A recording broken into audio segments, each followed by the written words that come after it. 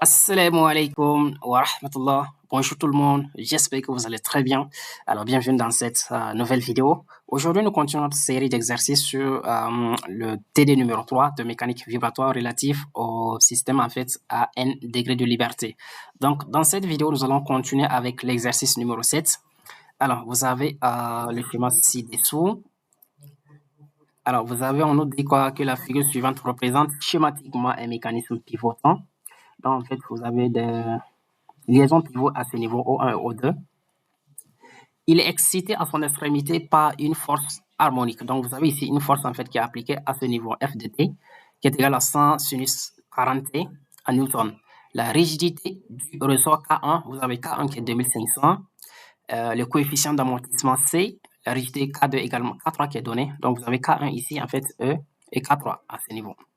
La masse M1 égale la longueur L1. L1, en fait, c'est à ce niveau.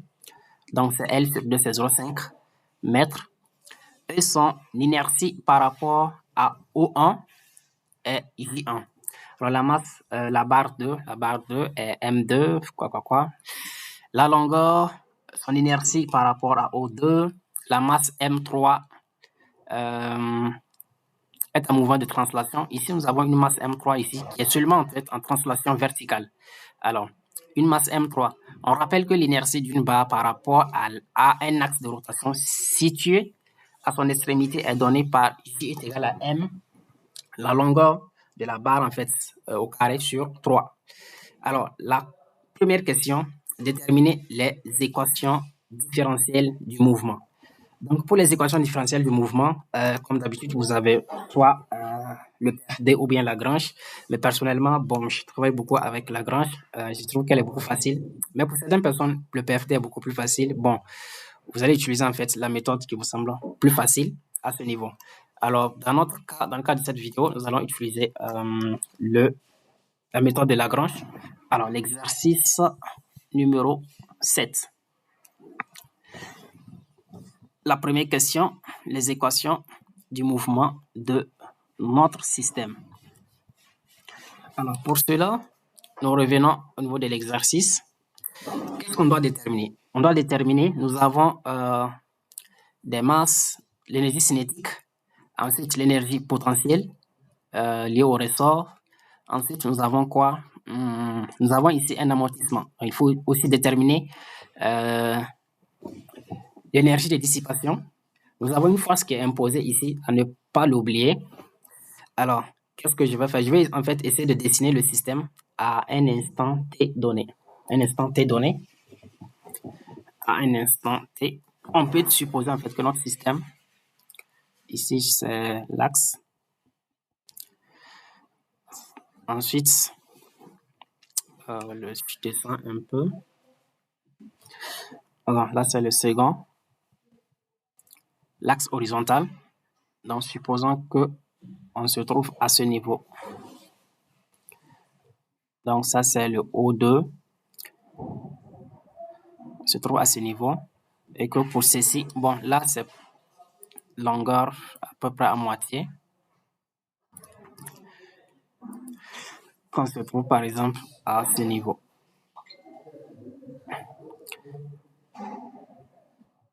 Alors là c'est θ1. Là il va être θ2. Là c'est le point O1. Alors qu'est-ce qu'on a? Nous avons les longueurs qui sont données. Le ressort, il va être ici.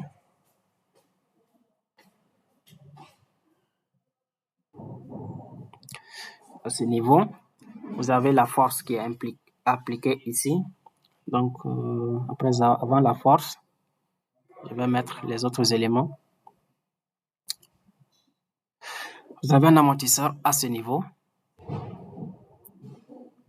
Après cela, vous avez une masse M3. Et quoi encore? Vous avez un ressort ici. Et là, un encastrement. Donc, je pense que c'est bon. Là, il y a des éléments qu'il faut mettre. Vous avez une force ici qui est imposée à ce niveau. F de T. Donc, le ressort, ici, nous avons K1, Ici, nous avons K3. Nous avons C ici. Alors, de cette distance, de là à là, de cette distance, c'est L sur 4. Bon, ici, je note, c'est L2 sur 4. Toute cette distance, en fait, c'est L. De là à là, c'est L. Je ne peux pas écrire. Bon, j'écris. En fait, le L, c'est pour ne pas se tromper. Donc, mélanger les choses.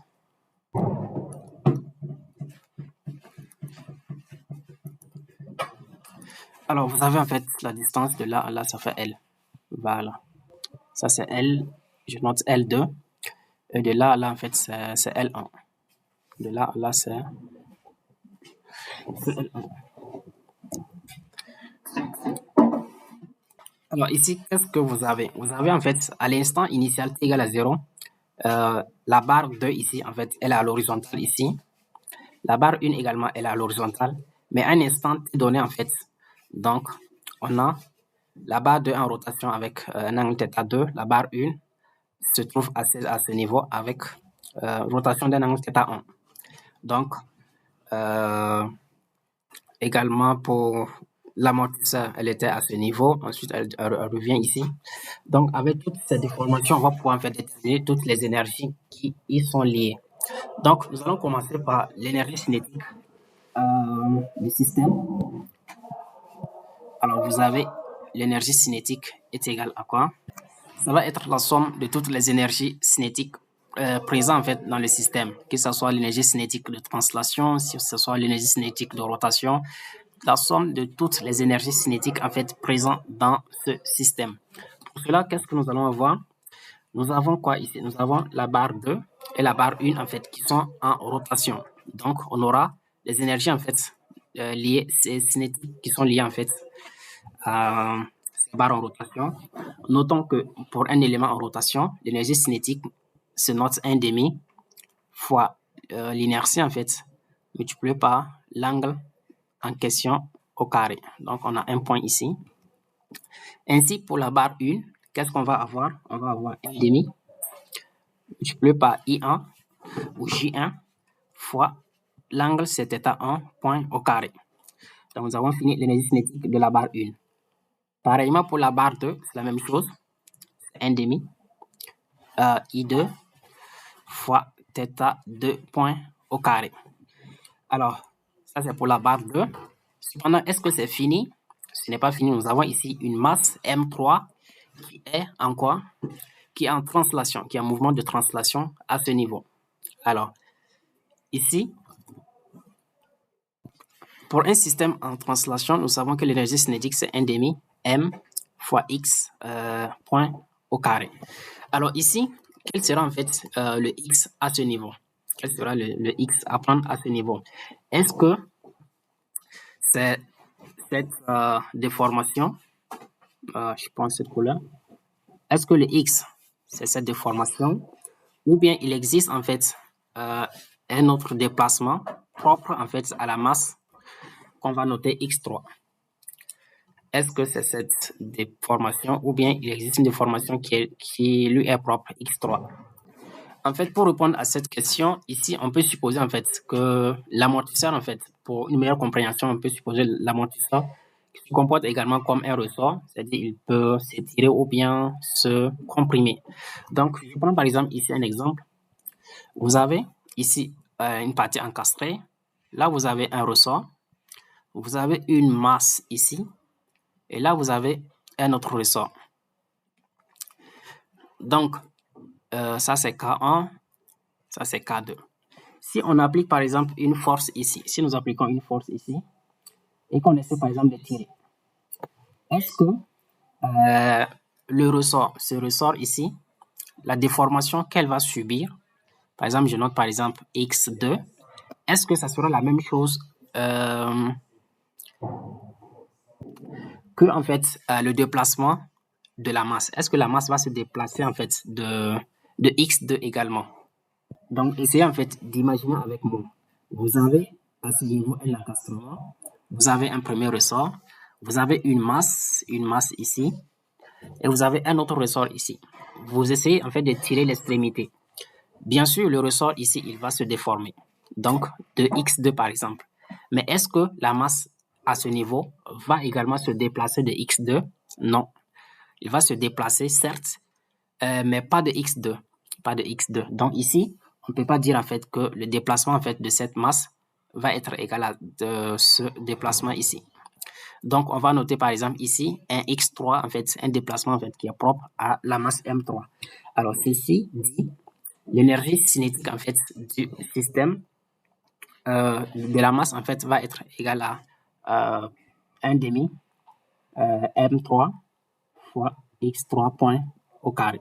Donc, j'espère qu'on s'est bien compris à ce niveau. Alors, maintenant, nous allons pouvoir passer maintenant à l'énergie potentielle du système. En ce qui concerne l'énergie potentielle du système, alors qu'est-ce qu'on a? L'énergie en fait qui sera liée en fait au ressort. Vous avez K1, vous avez deux ressorts à ce niveau. Alors, ici, l'énergie cinétique, l'énergie potentielle d'un ressort, faut-il le rappeler, c'est 1 demi fois la constante de raideur du ressort concerné, multiplié en fait par la déformation au carré du ressort. Donc, prenons par exemple le ressort numéro 1. Qu'est-ce qu'on va écrire? 1 demi K1 multiplié en fait par la déformation du ressort. Quelle est la déformation de ce ressort? Donc, initialement, on était à ce niveau. Ensuite, la barre vient ici, ici. C'est comme ici, en fait, vous avez un ressort. Vous avez des déplacements, en fait, aux deux extrémités. Là, par exemple, il se déplace de x1. Et là, par exemple, il se déplace de x2. C'est comme ça.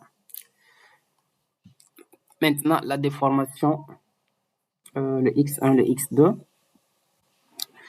Donc, voici la première déformation. Parce qu'initialement, on était ici et on se retrouve là. Donc, voici la première déformation.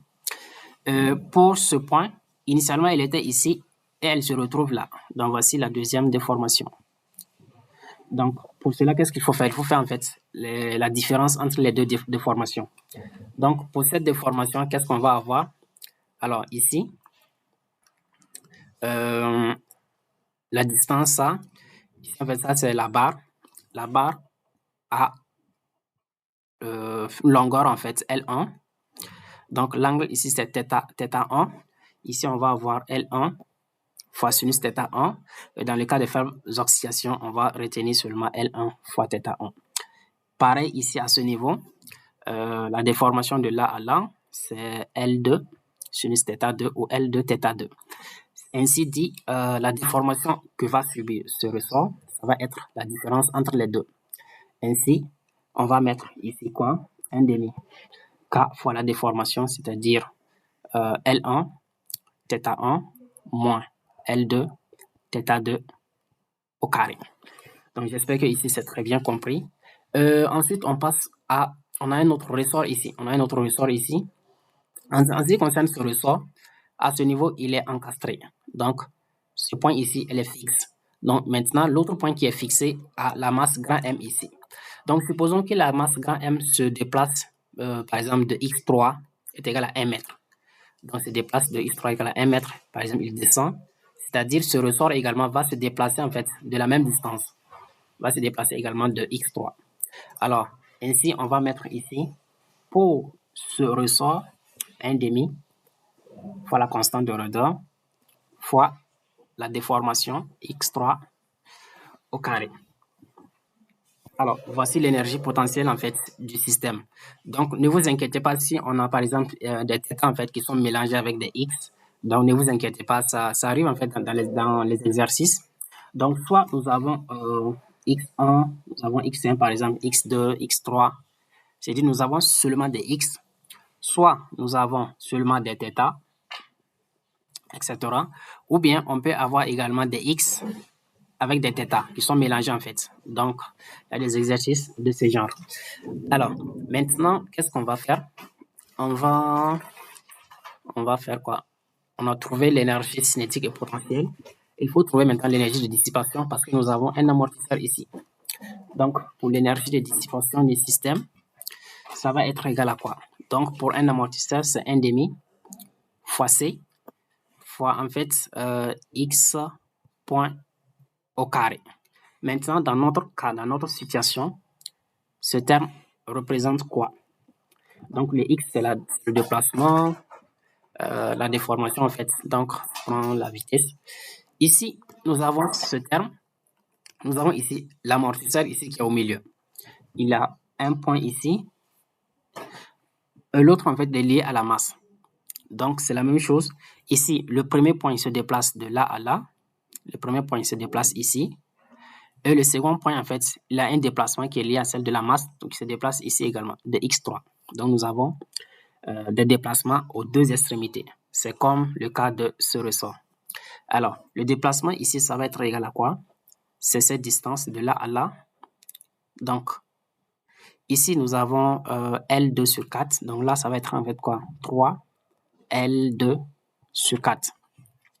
Et cette distance va être égale à quoi? Cette distance fois sinus θ. Donc, c'est 3 L2 sur 4 fois sinus θ. Dans le cas de faibles oscillations, on va prendre seulement θ2. Donc, voici en fait ça, c'est la déformation de cette extrémité. Maintenant, pour cette extrémité, il va se déplacer de x3 lorsque la masse en fait se déplace de x3. Donc, par exemple, lorsque la masse monte de x3, l'extrémité également va monter de x3. Lorsque la masse descend de x3, va descendre également de x3. Donc, ça, c'est la déformation ici. Alors, pour la déformation totale maintenant de l'amortisseur, c'est la différence en fait. Donc, c'est ça de moins x3. Alors, pour maintenant, vu que ici en fait on travaille avec les vitesses x point, en fait il faut dériver tout ça. Donc, ça va être θ point, x3 point. Donc, ici, je vais effacer. Bon, je laisse ici. Avec, dans cet exercice, le x point est égal à 3 L2 sur 4 θ2 point moins x3 point, les vitesses en fait. Alors, ce qui veut dire qu'en fait que l'énergie de dissipation du système, c'est 1 demi C multiplié par 3L sur 2. Bon, 3L2 sur 4, ça, fois θ2 points, moins x3 points, le tout au carré. Donc, voici l'énergie de dissipation de notre système. Qu'est-ce qui reste maintenant? Il faut trouver, en fait, on a ici une force, en fait, qui est imposée. Nous avons une force ici qui est imposée. Il faut trouver, en fait, le travail, en fait, de cette force. Le travail, c'est quoi? C'est la force, ne peut pas le déplacement.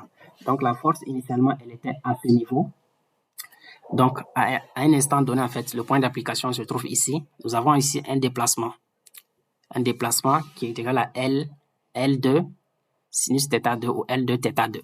Donc, le travail en fait, de la force va être égal à la force fois ce déplacement. Alors, le travail en fait de la force ici, ça va être la force elle-même fois le déplacement L2 fois θ2. Donc, voici ceci. Donc, nous avons trouvé tous les termes de notre système. Là, maintenant, qu'est-ce qu'on va faire? On va juste appliquer la formule de Lagrange qui nous dit que la dérivée par rapport au temps de la dérivée de L par rapport à combien? À une variable généralisée. Soit ici, nous avons θx. Donc, je peux mettre ici une variable généralisée Q point. Moins la dérivée en fait de L par rapport à Q, qui est égale en fait la dérivée du travail. Bon, la dérivée ici, travail de F, par rapport à quoi? Par rapport à la variable généralisée. Ici, nous avons θ1, θ2, E, x3. Donc, qu'est-ce qu'on va faire? Premièrement, je vais dériver par exemple, appliquer Lagrange par rapport à x3, par rapport à x3. Et là, qu'est-ce qu'on va avoir? C'est-à-dire la dérivée par rapport au temps, la dérivée de L par rapport à x3 point, moins la dérivée de L par rapport à x3. C'est-à-dire le Q ici, il va prendre x3. Est égal la dérivée en fait du travail de F par rapport à x3. Alors, faut-il le rappeler, le L, c'est l'énergie cinétique. Le L est égal à l'énergie cinétique moins l'énergie potentielle du système. Alors, en faisant ces dérivés, vous avez en fait l'énergie cinétique ici, l'énergie potentielle ici. On dérive par rapport à x3. Ici, ce terme, ça fait 0, ça fait 0. Là, ça va être égal à quoi? Ça va être M3 x 3 points. Et lorsqu'on dérive par rapport au temps encore, on aura x3 2 points. Donc, ce premier terme va être égal à m x3 2 points. Maintenant, ce second terme, la dérivée, ici on a, le second terme, moins la dérivée de L par rapport à X. Donc, vous avez toutes les expressions. Bon, je ne vais pas m'attarder à faire ces dérivés. Je suppose que vous pouvez les faire. Si vous avez des questions également sur les dérivés, vous pouvez les poser dans les commentaires. Alors là, je vais essayer d'aller très vite. Là, qu'est-ce qu'on va avoir à la suite? Ça va être plus K3 fois X3, encore 1 plus. Donc ici, en fait, j'ai oublié, ici, il faut ajouter en fait la dérivée de l'énergie de dissipation par rapport en fait à X3 points. Là, il faut faire plus la dérivée de l'énergie de dissipation par rapport à Q point. Voilà, c'est ça. Donc ici, il faut ajouter ça. Après avoir dérivé L par rapport à X3, il faut dériver en fait l'énergie de dissipation que nous avons ici par rapport à X3 points. Et là, nous allons obtenir ceci. Alors, c'est plus C, facteur de 3L2 sur 4 θ2 plus X3 points qui est égal à 0. Donc, voici en fait ça, c'est Lagrange par rapport à θ1. Par rapport à X3, par rapport maintenant à θ1. Qu'est-ce qu'on va obtenir? Nous allons obtenir en fait I1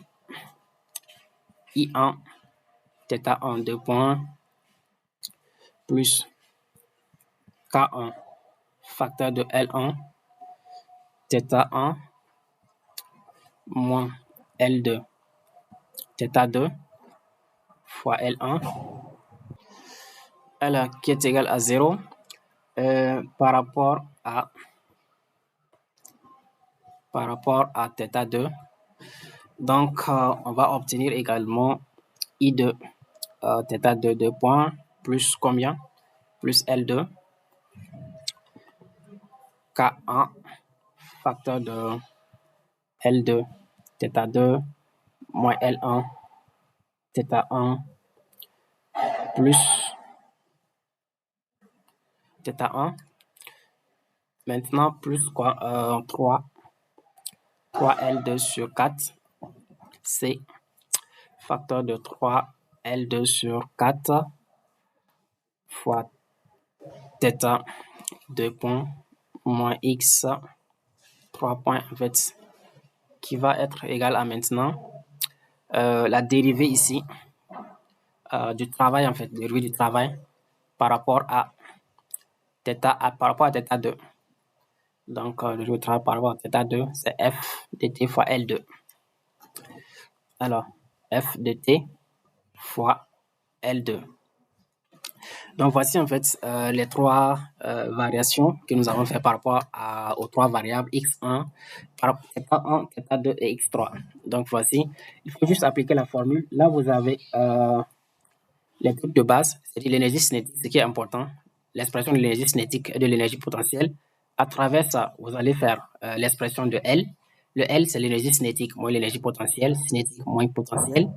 Ensuite, qu'est-ce que vous allez faire? Vous allez appliquer cette formule de Lagrange qui dit la dérivée par rapport au temps de la dérivée de L par rapport à la variable. Par exemple, si on fait, par exemple, on commence par θ1, vous allez mettre θ1 point, moins la dérivée de L par rapport à θ1, plus la dérivée de l'énergie de dissipation par rapport à θ1 est égal à la dérivée, en fait, du travail de F, ça, par rapport à θ1.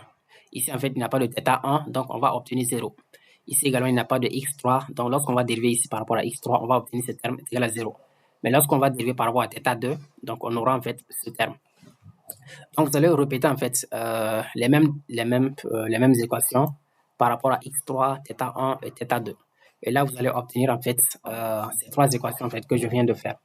Alors, ainsi dit, nous allons en fait essayer d'écrire en fait l'expression matricielle en fait, l'expression matricielle. Alors, vous allez avoir ceci, on aura I1, 0, 0, 0, I2, 0, 0, 0, I3, multiplié en fait par quoi? Par... Non, ici c'est pas I3, c'est M3, parce que nous avons une masse ici. Donc là c'est M3, là c'est θ1, 2 points, θ2, 2 points, et là c'est X3. Après cela, on va faire plus. Combien? Donc, K1, L1 carré, moins K1, L1, L2, 0, moins L1, L2, K1, L2, L2 carré, pardon, K1, et là c'est 0, 0, 0, E, K3. Donc, ici, on va multiplier par X, donc, fois θ1, θ2 et X3, plus la matrice C, j'ai failli oublier. Donc, elle, ça va être 0, 0, 0, 0. Et là, on va avoir 3 L2 sur 4 au carré fois C. Ensuite, ici, ça va être 3 moins 3 L2C sur 4. Là, c'est 0 moins 3 L2 C sur 4. Et là, c'est C. Donc, ça va être θ1 point, θ2 point et X3 point. Donc, qui est égal maintenant à combien? Ici, on va avoir θ1, 0. Pour θ1, 0. Pour θ2, on va avoir F de T fois L. Alors, c'est quel L? C'est L2. Et pour l'autre, maintenant, on va avoir 0 pour X3. Donc, voici l'équation sous forme matricielle, en fait, de notre système. Donc, là, il faut vérifier, en fait, que les termes soient symétriques. Donc, pour vous assurer, en fait, que vous n'avez pas fait une erreur. Pour cela, vous avez, par exemple, ici, ça, c'est symétrique déjà. Là, vous avez quoi? Vous avez L1, L2, moins K1. L1, L2, moins K1, c'est bon. Vous avez 0, 0, 0, 0, c'est OK. Ce terme, vous avez ici 0, 0, c'est bon. 0, 0, c'est bon. Et là, moins 3 L2C sur 4, moins 3 L2C sur 4. Donc, c'est bien. Donc, c'est symétrique. Donc, nous sommes rassurés que nous sommes sur la bonne voie. Alors, quelle est la question suivante de l'exercice? La question suivante, c'est déterminer les matrices des masses, des rigidités, d'amortissement. Donc là, nous avons déjà fait. Donc, ça, c'est ceci, c'est la matrice C. Ça, ici, la matrice M ou la matrice d'inertie ou la matrice I. Matrice d'inertie ou matrice M. Et là, vous avez en fait la matrice K.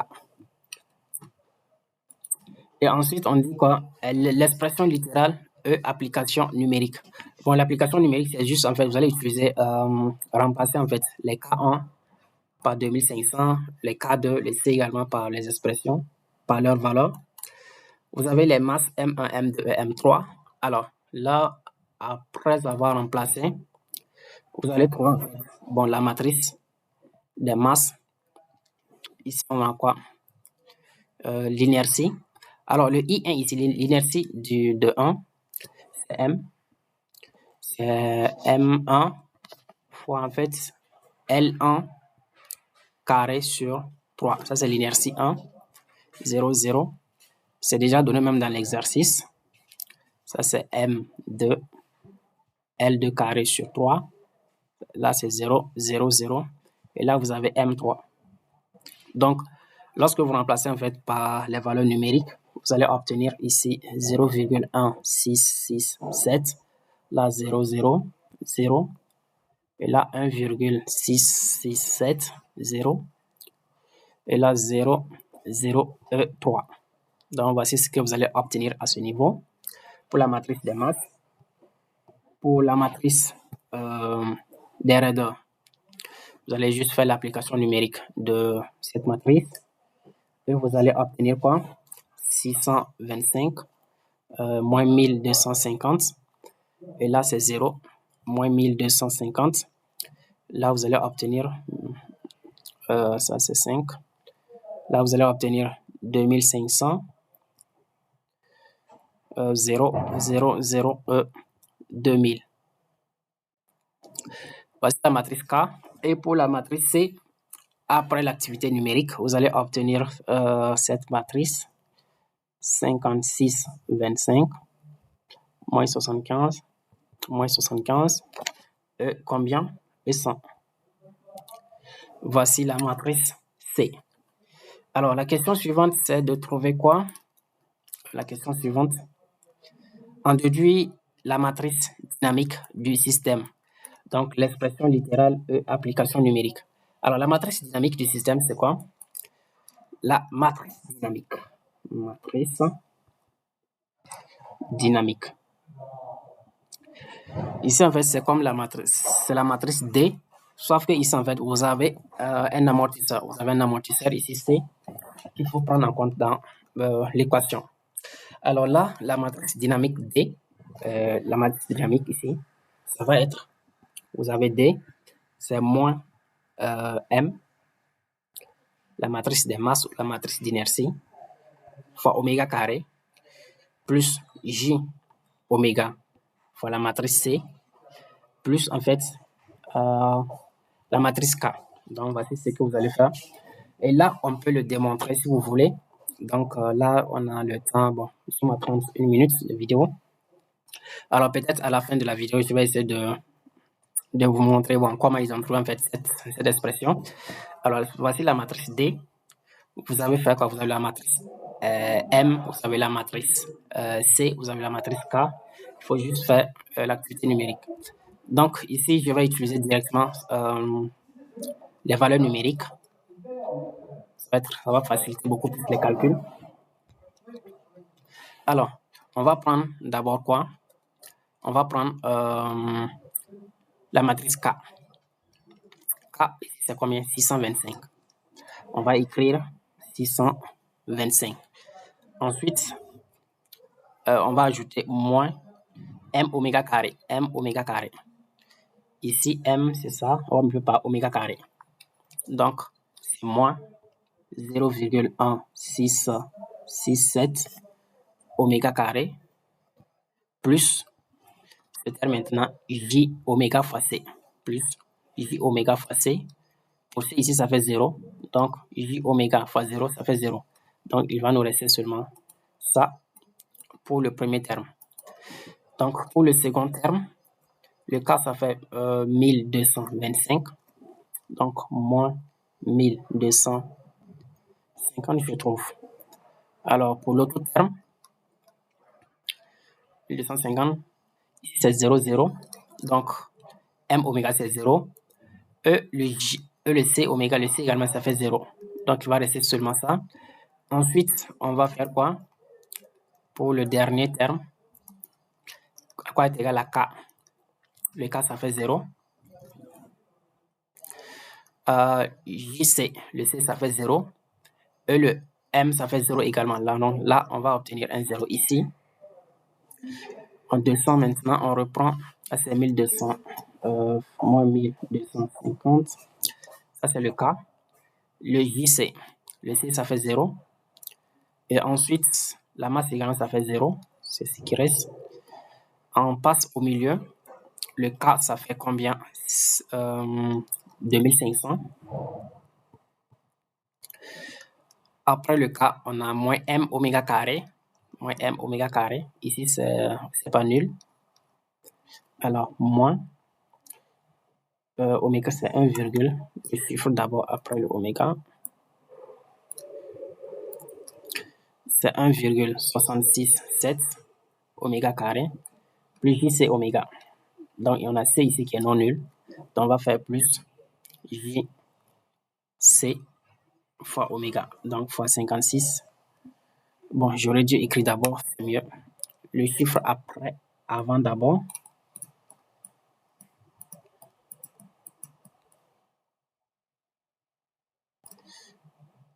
D'accord, c'est bon. J'ai 56,25 fois J, c'est oméga. Pour le dernier terme, K ça fait 0. K c'est 0. Là c'est moins 75.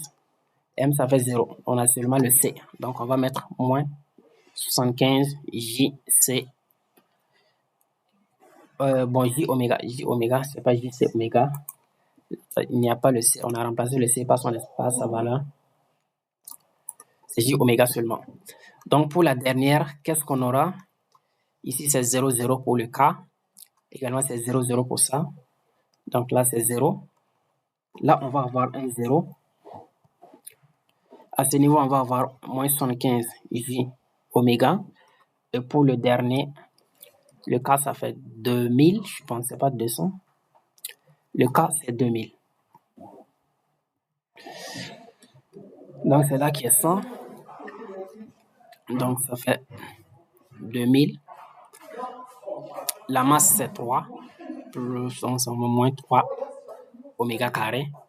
Plus J c'est oméga. Donc C c'est 100 fois oméga. Donc voici en fait la matrice dynamique. Donc vous allez faire en fait la somme de 3 matrices. Maintenant, vous allez d'abord multiplier la matrice des masses par moins oméga carré. La matrice C par J oméga. Et vous allez, pour la matrice des raideurs, vous n'allez rien faire, vous allez juste faire la somme. Et voici ce qu'on va obtenir pour la matrice dynamique. Ensuite, je pense que c'est la dernière question. Alors, nous sommes à la fin de cet exercice. Je pense que je vais m'arrêter là pour cette vidéo. Merci de l'avoir suivi. Et si vous avez des questions, en fait, n'hésitez pas de les poser en commentaire. Donc, je vais essayer en fait de vous répondre. Merci. À bientôt. Assalamu alaikum.